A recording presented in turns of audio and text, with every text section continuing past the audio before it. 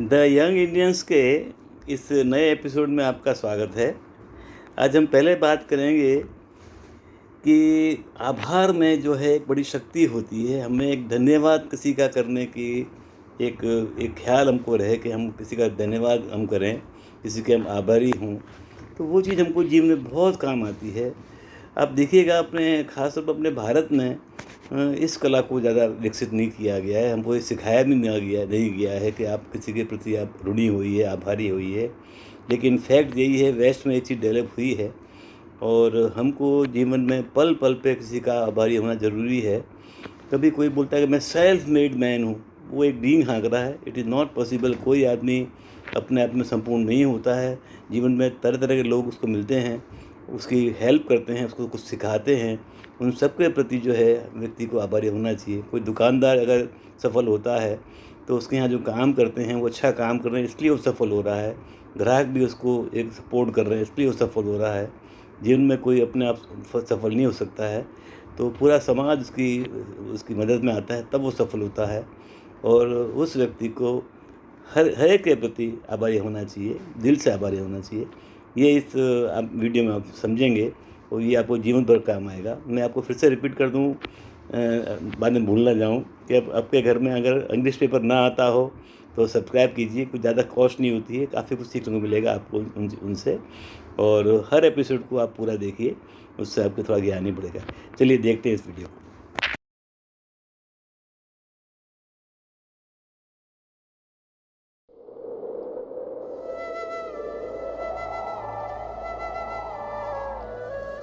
दुनिया में कितना गम है, मेरा गम कितना कम है। कई बार सुना होगा आपने ये गीत। इस गीत की ये पंक्तियाँ पढ़ने और सुनने में कितनी साधारण सी पंक्तियाँ हैं। शब्द भी सरल हैं, पर अर्थ बहुत गहरे। पर अगर एक बार आपने इसके भाव को पकड़ लिया तो जीवन बदल जाएगा। पर ये दृष्टिकोण इतनी आसानी से हमारे जीवन में नहीं आता। क्यों? क्योंकि हमें आदत है जीवन से शिकायतें करने की। एक टेप रिकॉर्डर हमारे बैक ऑफ माइंड हमेशा चलता रहता है, शिकायतों का टेप रिकॉर्डर। हर इंसान शिकायत करता नजर आता है। दोस्तों, मैं अपनी अधिकतर वीडियोस में ये बात कहती हूँ कि जो दोगे वही लौट कर आएगा एक दिन। तो ज़रा गौर करिए कि हम ब्रह्मांड को कौन सी वाइब्रेशंस दे रहे हैं। शिकायतों की वाइब्रेशंस। और जिन चीज़ों और परिस्थितियों के बारे में हम बार बार शिकायत करते हैं, जिन समस्याओं का रोना हम बार बार रोते हैं, वो हमारे जीवन में बढ़ती जाती हैं। तभी तो दुखी और सुखी और सुखी होता जाता है। शिकायतों से भरे इस रास्ते पर चलते हुए कब जीवन खत्म हो जाता है पता ही नहीं चलता, और हम हमेशा के लिए खूबसूरत और महान रास्ते से अनजान रह जाते हैं। जानते हैं वो रास्ता कौन सा है? आभार का रास्ता, कृतज्ञता का रास्ता, law of gratitude. Law of attraction कहता है कि जिस चीज़ पर हम फोकस करते हैं वो बढ़ने लगती है। अगर आपके पास जो नहीं है आप उस पर ध्यान दोगे तो ये बहुत जल्द होगा कि आपके पास जो है वह भी जल्दी ही चला जाएगा। और इसके विपरीत आपके पास जो है, अगर आप उस पर ध्यान दोगे और ब्रह्मांड को उसके लिए धन्यवाद दोगे तो जल्दी ही आपके पास वो भी आने लगेगा जो आपके पास नहीं है। आभार की शक्ति एक कमाल की शक्ति है। जीवन बदल देने की ताकत है इसमें। धन्यवाद शब्द कोई साधारण शब्द नहीं है। एक बार एक आदमी की सेवा से एक संत बहुत प्रसन्न हुए। उसने उस आदमी को एक बर्तन दिया और कहा, इससे तुम्हें कभी भी भोजन मिल सकता है, जो तुम चाहो जब तुम चाहो। बस तुम्हें इस बर्तन को आगे रखकर ये प्रार्थना करनी होगी, धन्यवाद मेरे ईश्वर। बस ये चंद शब्द धन्यवाद के कहने होंगे और तुम्हारा बर्तन भोजन से भर जाएगा। व्यक्ति बहुत खुश हुआ। जैसे ही वो संत वहाँ से गए, उसने बर्तन को आगे रखकर प्रार्थना की, पर भोजन नहीं आया। वास्तव में वो प्रार्थना भूल गया था। उसने अलग अलग प्रार्थनाएं की पर भोजन नहीं आया। उसे लगा संत ने उससे झूठ कहा है। तभी उसके द्वार पर एक भिक्षुक आया और उसने कहा, भिक्षान देहि। इस व्यक्ति ने कहा, बाबा मेरे पास अभी खाने को कुछ भी नहीं है। इस पर वो भिक्षुक बोला, कोई बात नहीं बच्चे, यही ईश्वर की मर्जी होगी। और भिक्षुक ने आसमान की तरफ देखकर जोर से कहा, धन्यवाद मेरे ईश्वर। जैसे ही ये शब्द भिक्षुक के मुंह से निकले, बर्तन भोजन से भर गया। ये चमत्कार था उन शब्दों का, धन्यवाद से भरे शब्दों का। ब्रह्मांड में हम सब के लिए बर्तन है जो भर जाता है उन चीज़ों से जिन चीज़ों के लिए हम धन्यवाद देते हैं, ब्रह्मांड को आभार प्रकट करते हैं। ब्रह्मांड को आभार से बहुत प्रेम है। आप जितने अधिक आभारी होंगे उतनी ही अच्छी चीज़ें आपको मिलने लगेगी। अच्छे लोग, अच्छी परिस्थितियाँ, अच्छे अनुभव आपकी ज़िंदगी में आने लगेंगे। आप धन आकर्षित करने लगेंगे जितना चाहें। जितने ज़्यादा आप आभारी होंगे, धन्यवाद से भरे होंगे, उतनी ज़्यादा सकारात्मक ऊर्जा आप में भरने लगेगी। उतने ज़्यादा आप सतर्क होंगे, जीवंत होंगे, आनंद से भरे होंगे। जितने अधिक आप आभारी होंगे उतने अधिक आप उन लोगों की श्रेणी में आने लगेंगे जो समाज में सहायता के लिए हमेशा तैयार रहते हैं, जो दयालु होते हैं, जिन्हें क्षमा पसंद होती है। ये ब्रह्मांड का शाश्वत नियम है, जो दोगे वही लौट कर आएगा एक दिन, 1000 गुना ज़्यादा होकर आएगा। अपने जीवन को शिकायतों से भरने की बजाय शुक्राना से भरो। हर उस चीज़ का, उस परिस्थिति का, उन लोगों का शुक्राना जो हमारे जीवन का हिस्सा रही, जो एक खूबसूरत याद दे गई, अनुभव दे गई, सीख दे गई, उनका शुक्राना। जो दर्द दे गई, असहजता दे गई, उनका भी शुक्राना। आपने जितने सबक सीखे उन सब के लिए आभारी रहें। जो सबक दर्दनाक थे उनके लिए भी आभारी रहें। ये छोटे छोटे ख़जाने हैं जो आपको दिए गए हैं। उनसे सीख लेने पर आपका जीवन और आनंदित हुआ और सुखमय हुआ। किसी चीज़ के लिए शिकायत नहीं, केवल शुक्राना।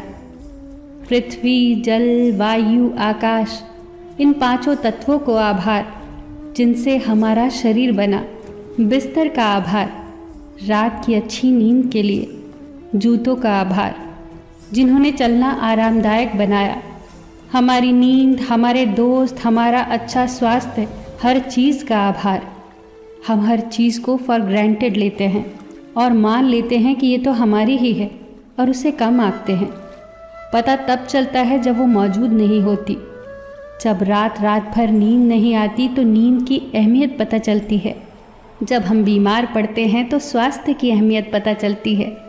जब आँखों पर चश्मा चढ़ जाता है और चश्मे के बगैर धुंधला दिखाई देता है तो आँखों की अहमियत पता चलती है।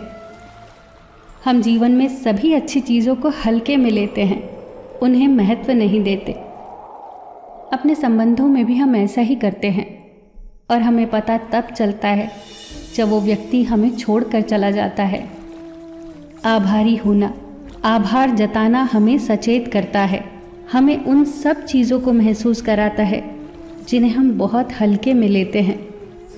धन्यवाद की शक्ति को पहचानिए और इसे अपने जीवन में उतारिए, इसे प्रैक्टिस में लाइए और फिर देखिए आपके जीवन में चमत्कार घटने लगेंगे।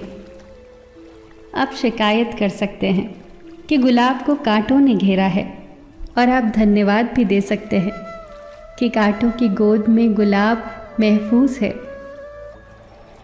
फिर मिलेंगे दोस्तों अगली वीडियो के साथ। तब तक के लिए अपना ख्याल रखना और हमेशा मुस्कुराते रहना।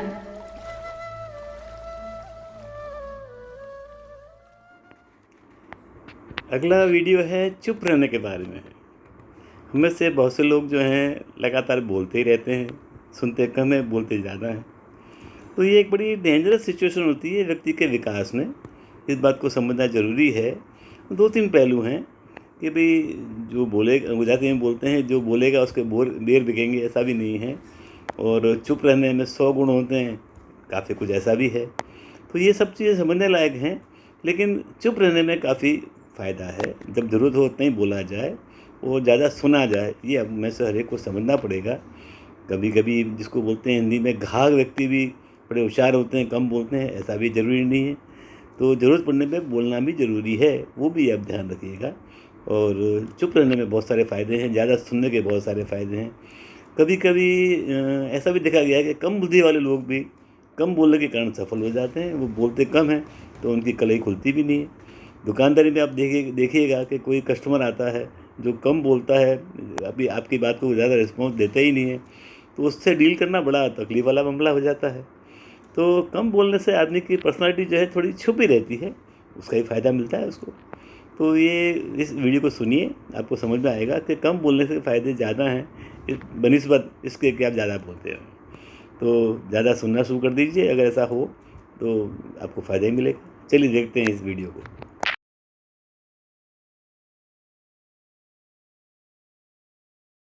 बुद्धिमान व्यक्ति चुप क्यों रहते हैं? एक महान इंसान ने कहा है, एक बुद्धिमान व्यक्ति तभी बोलता है जब उसके पास बोलने के लिए कुछ होता है। वहीं एक मूर्ख व्यक्ति इसलिए बोलता है क्योंकि उसको केवल बोलना होता है। जिस व्यक्ति ने समझ लिया कि कब, कहां और कितना बोलना है, उस व्यक्ति को सफल होने से कोई रोक नहीं सकता। ऐसे व्यक्ति को सफलता सुनिश्चित है। जिस तरह कमान से निकला हुआ तीर लौटकर कभी वापस नहीं आता, उसी तरह मुंह से निकला हुआ शब्द कभी लौटकर वापस नहीं आता। आज मैं आपको इस वीडियो में चुप रहने के 6 ऐसे फायदे बताऊंगा जिन्हें जानने के बाद आपका वैल्यू पहले से ज़्यादा बढ़ जाएगा। Number 1, silence gets people attention. मौन लोगों का ध्यान खींचता है। आचार्य चाणक्य अपने चाणक्य नीति में बताते हैं कि उन्होंने हजारों शत्रुओं को अपनी खामोशी से परास्त किया था। वो खामोश रहकर अपने शत्रुओं को विचारों में उलझाए रखते थे और सही समय आने पर हमला करते थे। साइलेंस यानी मौन किस तरह लोगों की अटेंशन को ग्रैब करता है, हम इस एग्जाम्पल से समझेंगे। अगर आप लोगों के बीच में कुछ बोल रहे हो और बोलते बोलते अचानक से चुप हो जाएंगे, तो जो व्यक्ति आपके बातों को इम्पोर्टेंस नहीं दे रहा था वो भी आपके तरफ देखने लगेगा। सभी लोग आश्चर्य में पड़ जाएंगे, अरे क्या हो गया भाई, चुप क्यों हो गया। यही फॉर्मूला हमारे दैनिक जीवन में भी लागू होता है। जब आप अपने काम से मतलब रखते हो, दूसरों के मामले में दखल नहीं देते, जरूरत हो तभी बोलते हो, तो लोगों का ध्यान आपके ऊपर आता है। अगर आप कम बोलते हो, जरूरत हो तभी बोलते हो, तो लोग आपको ज़्यादा महत्व देंगे। लोग आपके बातों को उन लोगों की तुलना में ज़्यादा महत्व देंगे, ज़्यादा याद रखेंगे जो लोग बिना ज़रूरत के बोलते रहते हैं। Number 2, silence helps in negotiation. Silence बातचीत में मदद करता है। चुप रहना बातचीत करते समय बहुत ज़्यादा हेल्प कर सकता है। बातचीत के दौरान जब आप अचानक चुप हो जाते हो और सामने वाले इंसान को जवाब नहीं देते, तो ये खामोशी सामने वाले इंसान को ये सोचने पर मजबूर कर देती है कि आप क्या सोच रहे हो। तो बस इसी चीज़ का फ़ायदा उठाना है, सामने वाले इंसान को ये सोचने दे कि आप क्या सोच रहे हो। मैं आपको एग्जाम्पल से समझाता हूँ। मान लो आप कोई डील फाइनल कर रहे हो, तो सामने वाले पार्टी को जल्दी से यस या फिर नो कहने की जवाब मत दो। कुछ सेकंड्स का पॉज लो। आपकी यह चुप्पी सामने वाले इंसान को परेशान करेगी और वो सामने वाला इंसान बोलकर आपके खामोशी को भरना चाहेगा। उनको सारी बातें बोलने दे, इससे आपको सामने वाले इंसान को समझने में मदद मिलेगी और आपका साइड बातचीत के दौरान ज़्यादा भारी रहेगा। Number 3, silence helps you to build trust. अगर आप एक स्ट्रॉन्ग रिलेशनशिप बिल्ड करना चाहते हो, तो उससे पहले आपको ट्रस्ट यानी विश्वास बिल्ड करना होगा। विश्वास तभी बिल्ड होगा जब आप सामने वाले इंसान के बातों को ध्यान से सुनोगे, यानी बातचीत के दौरान बोलोगे कम, सुनोगे ज़्यादा।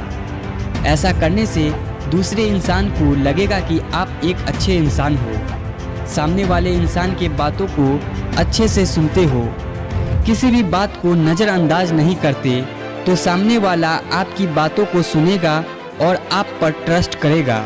नंबर 4, गेट द आंसर्स, उत्तर प्राप्त करें। आपने कई ऐसे लोगों को देखा होगा जो सवाल पूछने के बाद रुकते ही नहीं, अपना बोलना चालू रखते हैं या फिर दूसरों को बोलने का मौका ही नहीं देते। ऐसा करने से दूसरे इंसान के पर्सपेक्टिव को जानने का मौका नहीं मिलेगा। लोग आपके प्रश्न का जवाब ही नहीं देंगे, इसलिए कोई भी प्रश्न पूछने के बाद साइलेंस हो जाओ। बुद्धिमान व्यक्ति में ये क्वालिटी देखने को मिलेगी, वो जब भी कोई प्रश्न पूछेंगे तो अपना ओपिनियन बाद में देंगे, लेकिन प्रश्न पूछने के तुरंत बाद चुप हो जाएंगे ताकि लोगों की क्या राय है उस बात को लेकर ये जान सके।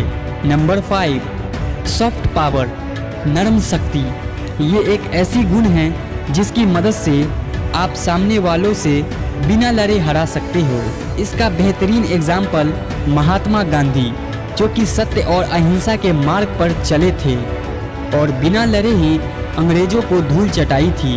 उन्होंने सॉफ्ट पावर का इस्तेमाल किया और अंग्रेज को हराया। कई बार लड़ने और झगड़ने से प्रॉब्लम सॉल्व नहीं होती, चुप हो जाने और शांत रहने से सॉल्व होती है। नंबर 6, थॉटफुल साइलेंस, विचारशील मन। दोस्तों, द क्विट बुक के ऑथर सुसान केन अपने बुक में बताते हैं, थॉटफुल साइलेंस इंसान को कई सारी मुसीबतों से बचा सकती है। आपको हमेशा किसी काम के लिए हाँ नहीं बोलना चाहिए। अरे वो तो ये काम कर ही देगा, वो तो खाली बैठा होगा। किसी के लिए हमेशा उपस्थित नहीं रहे। आपको ना कहने और साइलेंस के पावर को समझना चाहिए। तो दोस्तों, इन सब बातों से तो आप ये समझ चुके होंगे साइलेंस में बहुत ज़्यादा पावर है। साइलेंस आपको बहुत सारी मुसीबतों से बचा सकती है, इसीलिए बुद्धिमान लोग चुप रहते हैं। अगर आप भी इन बातों को अपने जीवन में उतारते हो, जहां ज़रूरत हो वही बोलते हो, तो डेफिनेटली आप एक हाई वैल्यू मैन बन जाएंगे।